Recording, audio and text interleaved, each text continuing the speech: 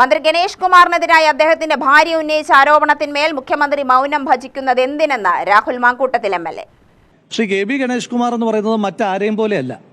സാധാരണ ഒരാളെ 3 പേരടിക്കുക, ആ 3 പേരടിച്ചതിൻ്റെ 3 പാടുണ്ടാവുക എന്ന് കേട്ടിട്ടുണ്ട് നമ്മൾ. പക്ഷേ ശ്രീ കെ.ബി. ഗണേഷ് കുമാറിൻ്റെ ചരിത്രം എന്താണ്? ഒരൊറ്റ അടിയിലെ ഒരു പാടിന് 3 അവകാശികൾ ഉണ്ടായ ആളാണ് ശ്രീ കെ.ബി. ഗണേഷ് കുമാർ, അല്ലേ? സാധാരണ 3 അടി ഉണ്ടാകാറുണ്ട്. ഇത് ഒറ്റ അടിക്ക് 3 അവകാശികൾ ഉണ്ടായിട്ടുള്ള ആളാണ്. ആ അടിയുടെ പാടിന് 3 അവകാശികൾ ഉണ്ടായിട്ടുള്ള ആളാണ് ശ്രീ കെ.ബി. ഗണേഷ് കുമാർ. ഇതൊക്കെ കേരളീയ പൊതുസമൂഹത്തിന് നല്ല ബോധ്യമുണ്ട്.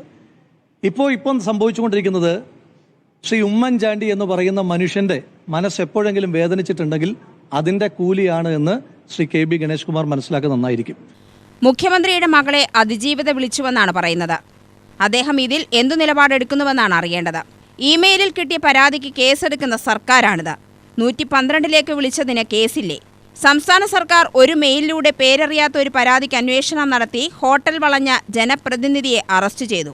ഈ സംസ്ഥാനം ഭരിക്കുന്ന സംസ്ഥാന സർക്കാർ ഒരു മെയിലിലൂടെ ഊരും പേരുമില്ലാത്ത, ആരുടേതാണെന്ന് പോലും അറിയാത്ത മെയിലിലൂടെ SIT രൂപീകരിച്ച് അന്വേഷണം നടത്തി ഒരു ഹോട്ടൽ വളഞ്ഞ് ജനപ്രതിനിധിയെ അറസ്റ്റ് ചെയ്യാൻ താല്പര്യപ്പെടുന്ന കേരള പോലീസിന് നേതൃത്വം കൊടുക്കുന്ന കേരളത്തിന്റെ മുഖ്യമന്ത്രി ശ്രീ പിണറായി വിജയനോട് ചോദിക്കാനായിട്ടുള്ളത്, അങ്ങയുടെ ക്ലിഫ് ഹൗസിനോട് വളരെ അടുത്ത് താമസിക്കുന്ന ശ്രീ കെ.ബി. ഗണേഷ് കുമാറിനെ അറസ്റ്റ് ചെയ്യാൻ അങ്ങയുടെ പോലീസ് എപ്പോഴാണ് പുറപ്പെടുക?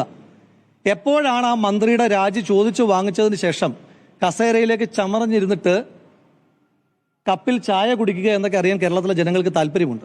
ഉമ്മൻചാണ്ടിയുടെ മനസ്സ് വേദനിപ്പിച്ചതിനുള്ള കൂലിയാണ് ഗണേഷ് കുമാറിന് കിട്ടുന്നത്. അന്വേഷണത്തിൽ രാഷ്ട്രീയമുണ്ടോ എന്നാണ് ജനം സംശയിക്കുന്നത്.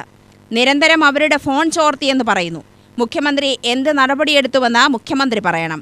ഗണേഷ് കുമാറിൻ്റേത് പ്രണയമാണെന്ന് വിശ്വസിക്കണോ? രാഹുൽ ചോദിച്ചു. UTV news, Palakkad.